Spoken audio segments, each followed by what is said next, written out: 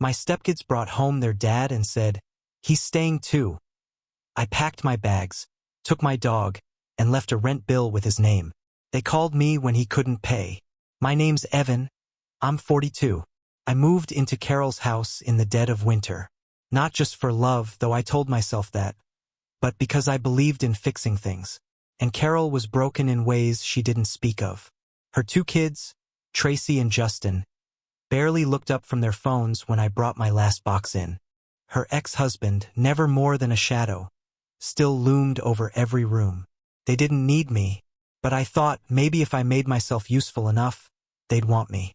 So I went to work, paid the mortgage, upgraded the kitchen, built a deck, cooked dinner 5 nights a week. I picked up Justin from school when he got suspended. I paid for Tracy's textbooks when her father's check bounced. I bought a larger dining table so we could all sit together. I took them on beach trips, theme parks, late-night runs for ice cream. I taught Justin how to change his oil. I sat through Tracy's theater rehearsals even when she never once looked my way in the crowd. No one ever said thank you. They called me Mom's boyfriend, even after the wedding. Tracy told her friends I was just the guy who pays for stuff. Justin laughed at how I tucked my shirt in. They talk about their dad like he was a hero because he showed up once with concert tickets and new shoes, then vanished again. And Carol? She'd sigh when they mocked me. Once, just once, she told them to knock it off, but only after I left the room. She never raised her voice for me. Never said, "He's part of this family." Not once. I remember the day I built Tracy a bookshelf. She had complained that her novels were stacked all over the floor. I stayed up until midnight sawing, sanding, painting. I used my own grandfather's tools. She never said a word. Just walked in, stuffed the shelves with books, and walked out. A week later, I overheard her on the phone. "Yeah, Dad might get me a real one. This one's okay, I guess." Justin was no better. I helped him assemble a gaming PC he couldn't have afforded without my overtime checks.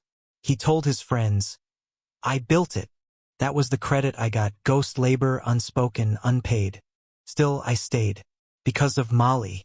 Molly was my daughter from before. A quiet kid, 12 at the time. Liked to sketch, kept to herself. I thought if I could build a home here, a real one, she'd finally feel safe. That maybe she'd grow up with something I never had. Stability. A whole table. A place where love was louder than shouting. But this house. It chipped away at her. At us. She started eating alone. Watching shows in her room. She'd ask, "Do I have to come down for dinner?" And I'd say yes every time, believing that one day the table would feel less cold. Then one night, I found her sketchpad open on the kitchen counter. She'd drawn the house, but not the way it was. In the drawing, her room had bars on the window, and her and I, were behind the glass. The others were outside, free. That night I asked her what it meant. She didn't answer. She just shrugged and went to bed. A week later, I found out what Tracy had told her. "You're not staying," she'd whispered, just loud enough. "You're not family. You're just passing through." That's when I knew. They never planned to let us in. I was a tenant in their story. Placeholder. A man they could use without ever having to love. I paid the bills, fixed the plumbing, shoveled the snow, and listened to silence every night over dinner. Every laugh was inside joke I wasn't part of.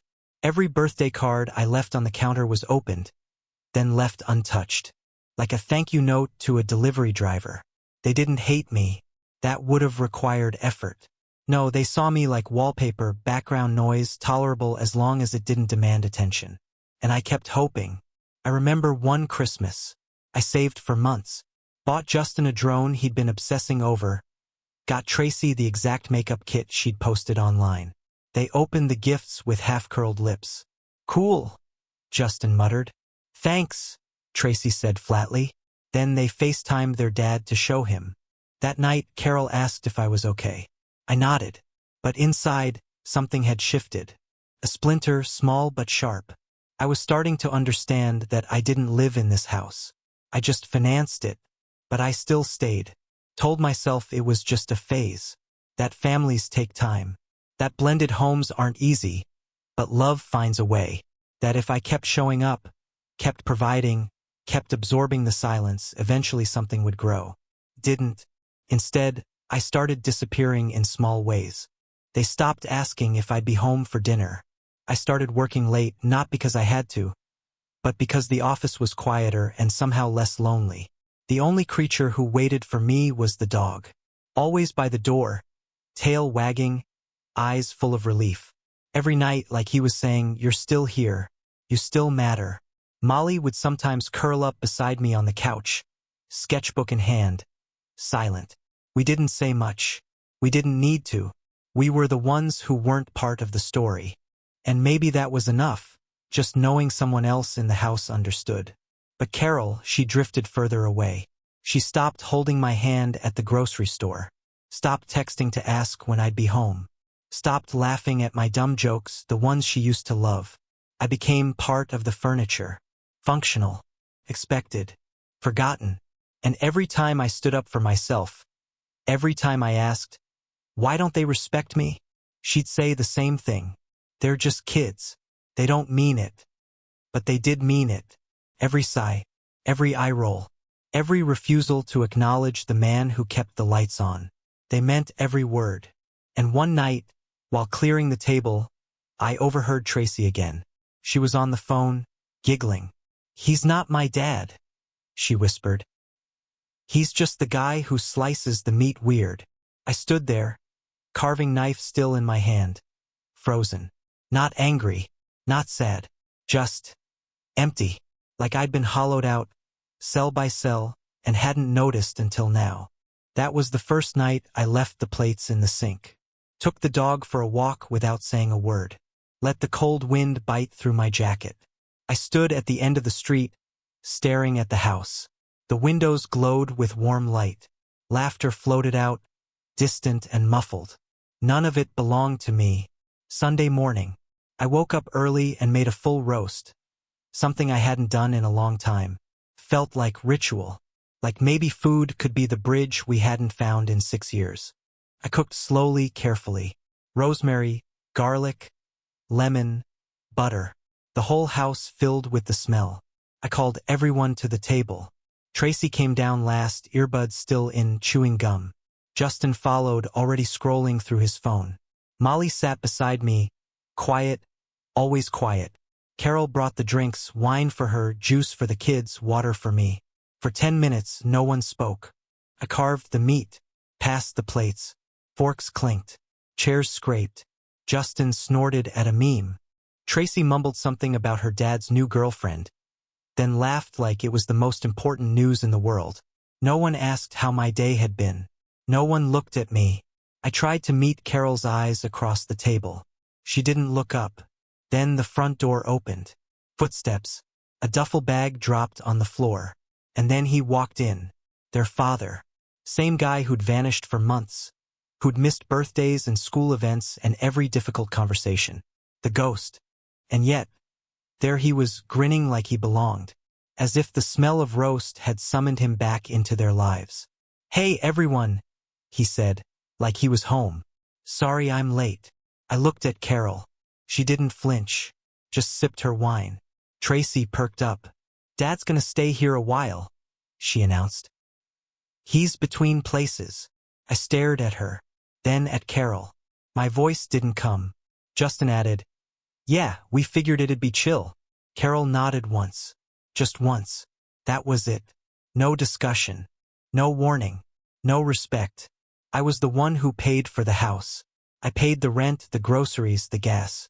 I paid the insurance, the bills, the streaming services they all spent hours glued to. But no one thought to ask. I finished my plate in silence. Not rage.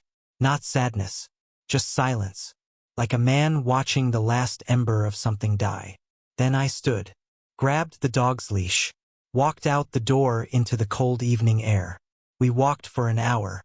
Past the park, down the old railway trail. The dog kept glancing up at me. Confused. I didn't speak. Couldn't. Every step away from that house made it harder to turn back. When I came home, the TV was on.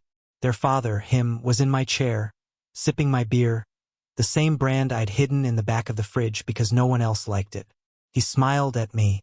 "Hope you don't mind," he said. "Just catching the game." I nodded, climbed the stairs, packed a suitcase. Carol didn't come up. She didn't ask what I was doing. No one followed. I packed slowly. Molly stood in the doorway, eyes wide. "Are we leaving?" she whispered. I didn't answer. I folded my clothes, pulled her things from the closet. Her sketchbook, her sweaters, the stuffed bear she still pretended not to sleep with. She didn't cry. She just helped. I left a letter on the kitchen table. No anger in it, just facts. A printed copy of the rent and utilities bills. I had changed the name on each account to Carol's ex-husband. I wrote, "If he's part of the family now, he can start paying like it." Then we left. We moved into a small place on the edge of town. 2 bedrooms, 1 bathroom, creaky floors. The heating groaned when it kicked in. The cabinets stuck. But it was ours. We didn't have furniture that first week.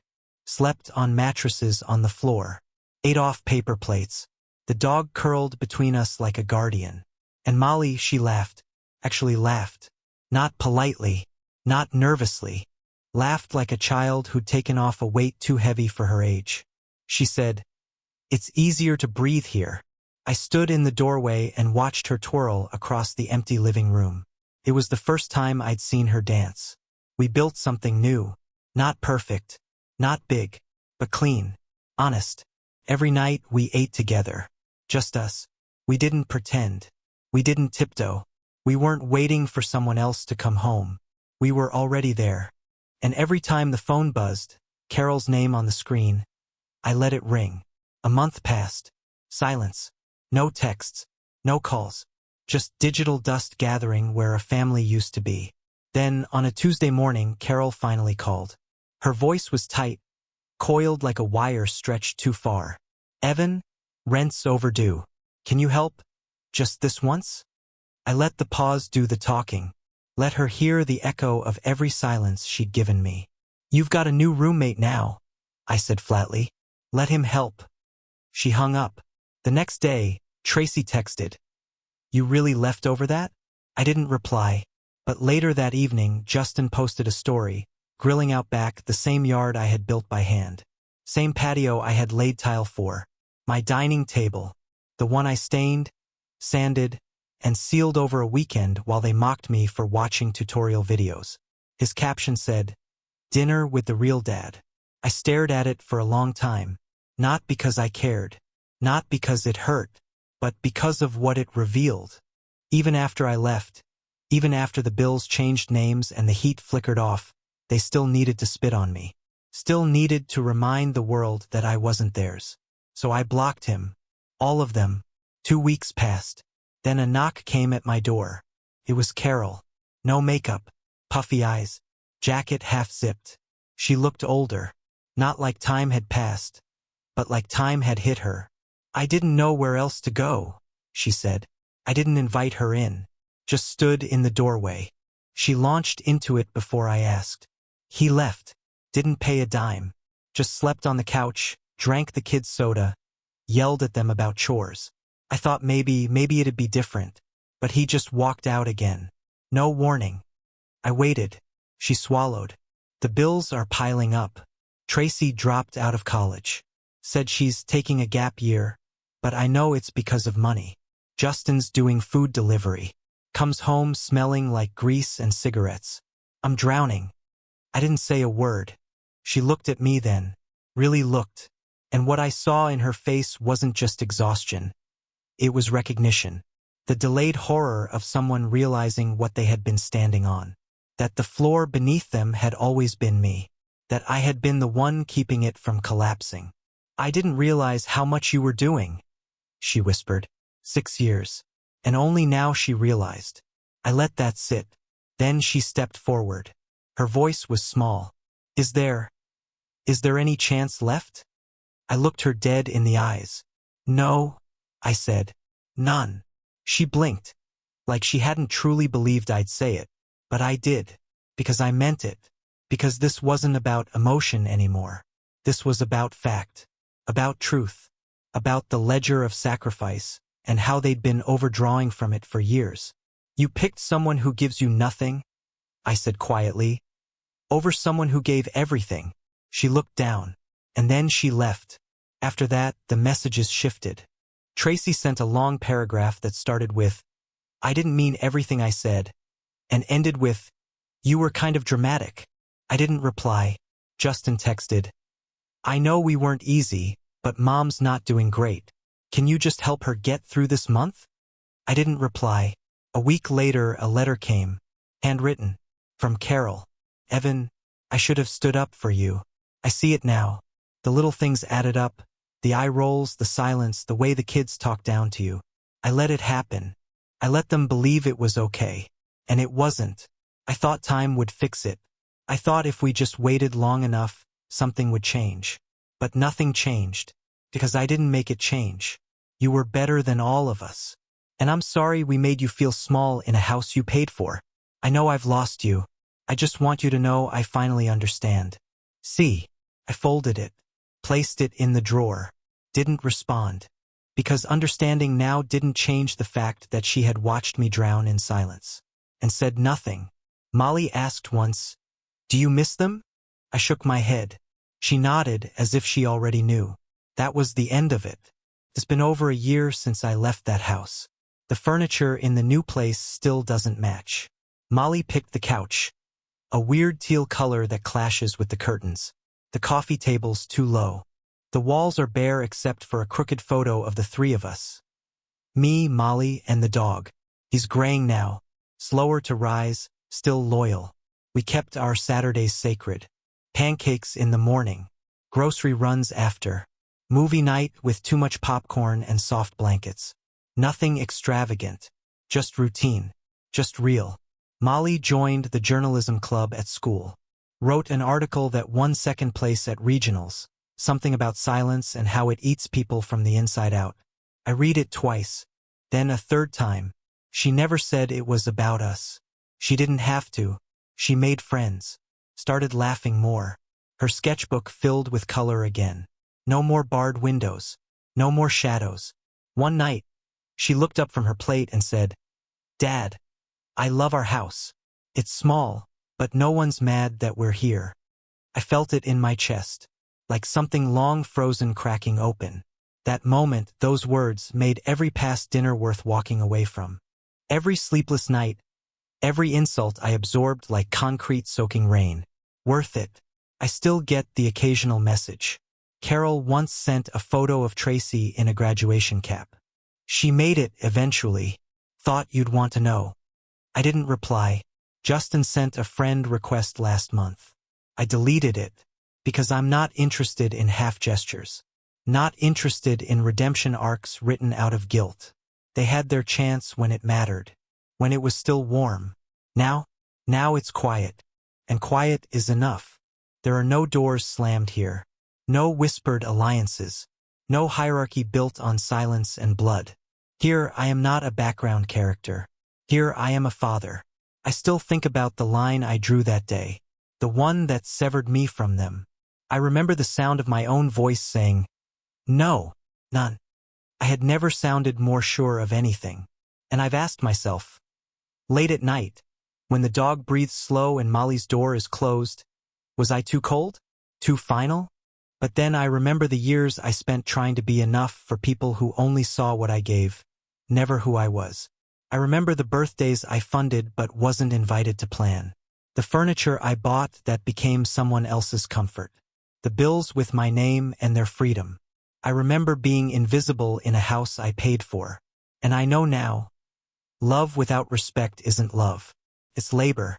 It's indentured servitude packaged in smiles and justifications. You can't beg for respect. You can't buy it. You can't build enough bookshelves, or fix enough sinks, or fill enough refrigerators to earn your way into someone's heart if they've already locked the door from the inside. You set the boundary, or you drown. I set mine. And for the first time in years, I don't flinch when I walk through my own front door. Molly hums when she does homework. The dog sighs when he lies beside me. There's no thud of resentment in the walls. No echo of laughter meant to exclude. No teenage tribunal deciding if I'm allowed to belong. It's not a mansion.